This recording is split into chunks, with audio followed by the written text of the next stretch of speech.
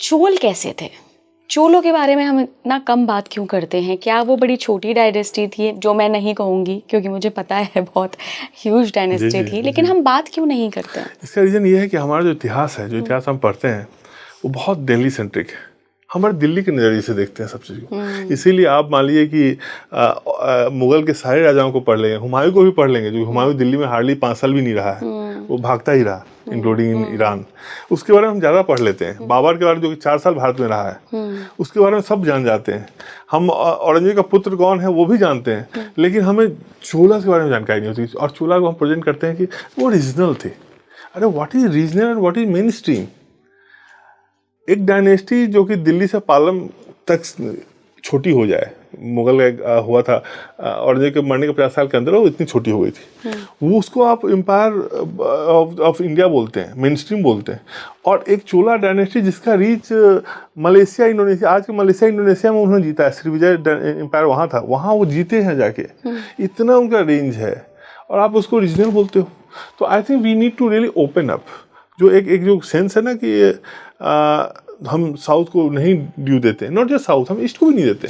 हम अहोम के बारे में कहाँ बात करते हैं, हम विजयनगर एम्पायर के बारे में कहाँ बात करते हैं, हम बस दिल्ली सेंट्रिक हिस्ट्री की बात करते हैं। दिल्ली में सल्तनत आया तो सल्तनत की बात कर लिया, आप उसके मुगल आए तो मुगल की बात कर लिया।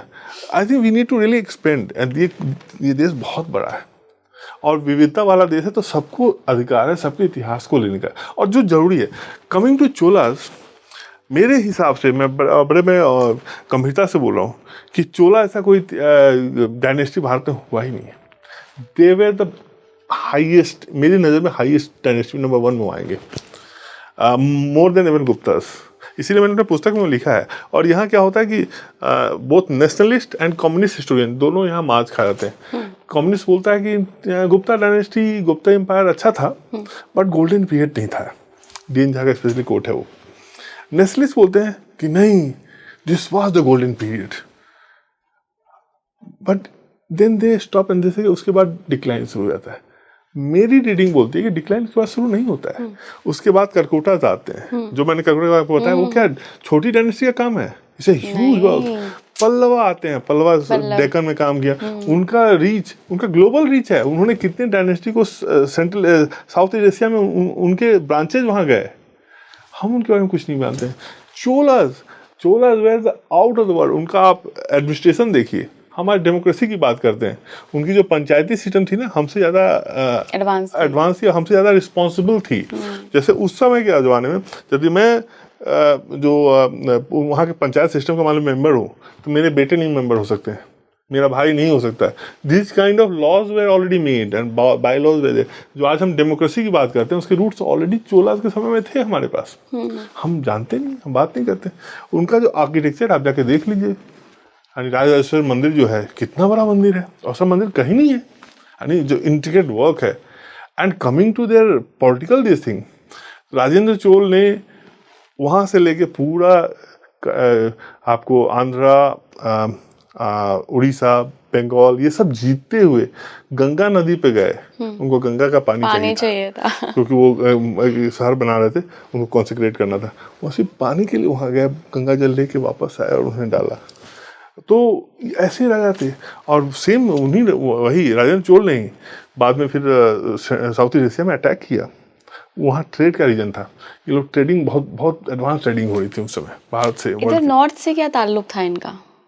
नॉर्थ से मतलब ताल्लुक in the sense, they just went there to win, and वो उनको गंगा चाहिए था। अदरवाइज उनका बहुत डीप वो नहीं गए थे नॉर्थ में, बहुत डीप, क्योंकि उनका मेनली रीजन था वो, they want to control the trade. जो साउथ ईस्ट एशिया का जो ट्रेड था ना, बहुत इंपॉर्टेंट था, चाइना से डील करता था वो। और जो अटैक था ना, वो इसीलिए हुआ था कि जो श्रीविजय एम्पायर जो था साउथ ईस्ट एशिया का, वो चाइना के ट्रेड में मोनोपोली चाहता था।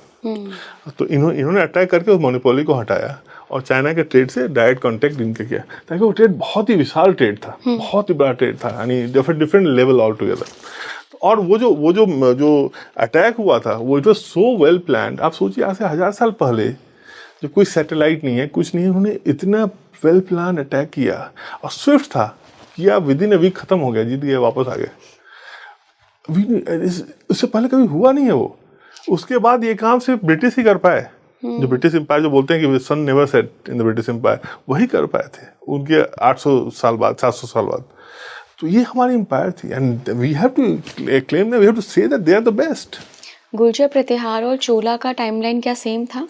गुर्जर प्रतिहार चोला का कुछ हद तक करता है मैच, बट बहुत हद तक नहीं। यानी चोलाज ऑलमोस्ट लाइक 1112वीं शताब्दी तक भी जाके उन्होंने 11th-12th सेंचुरी भी उन्होंने रूल किया था, तब तक गुर्जर प्रतिहार खत्म हो गए थे। हाँ 11 तक थे, 8 से 11।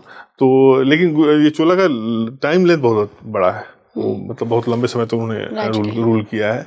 लेकिन ये है कि हाँ, और दोनों अलग अलग गेम थे। उनका बेसिकली जो एरिया ऑफ वर्क था गुर्जर प्रतिहार का, वो नॉर्थ वेस्ट इंडिया था, तो इसीलिए वो उस पार्ट को गार्ड करते थे। इनका लार्जली साउथ था, तो साउथ में वो अटैक नहीं था। और ये बहुत बड़ा देश, बहुत बड़ा है। पर कम्युनिकेशन क्यों नहीं होता था दोनों के बीच? कम्युनिकेशन ऐसा नहीं है, कम्युनिकेशन नहीं था। तो अरब आए तो ये क्या कर रहे थे चोला? उसी एक तो था कि देखिए, एक जो हम हारे क्यों थे, जो मैंने बोला भी कि हमें सेंस ऑफ एनिमी नहीं थी कि हमारा शत्रु कौन है। युद्ध अटैक उससे पहले भी हुए थे। उससे पहले जो अटैक करते थे वो इस्लामिक फोर्सेस नहीं थे, वो जो थे मतलब शक थे या फिर कुशान थे, वो हमारे ही जो कल्चरल कंटिन्यूम के पार्ट थे। यानी जब वो कुशान भारत में नहीं भी आए थे, जब वो आपको अफगानिस्तान में सबसे पहले थे, तभी वो शिव की पूजा करते थे, शैव थे वो, तो भारत के कल्चरल कंटिन्यूम के पार्ट थे। तो वो इजीली वो यानी एसिमुलेट हो गए। ये एक डिफरेंट वर्ल्ड व्यू था, इनको पता नहीं था कौन है। सो इन्होंने रिएक्ट समझने में बहुत टाइम लगा, दे नेवर। और ये समझने में मतलब वही नहीं, उसके बाद भी हम नहीं समझे। It almost took years to understand your enemy. शत्रु भाव जो मैं बोलता हूँ, शत्रु भाव का भाव इस देश में रहा है शायद, इसीलिए वो इतनी लंबे तक स्ट्रगल भी चला।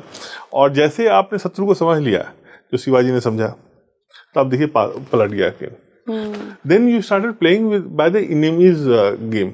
एनिमी अच्छा ऐसे करता है, तो अब शिवाजी का देखिए, शिवाजी की सेना क्या थी, फास्ट थी, एजाइल थी, छोटी थी, लीन एंड ये थी, भाई अटैक किया निकल गया।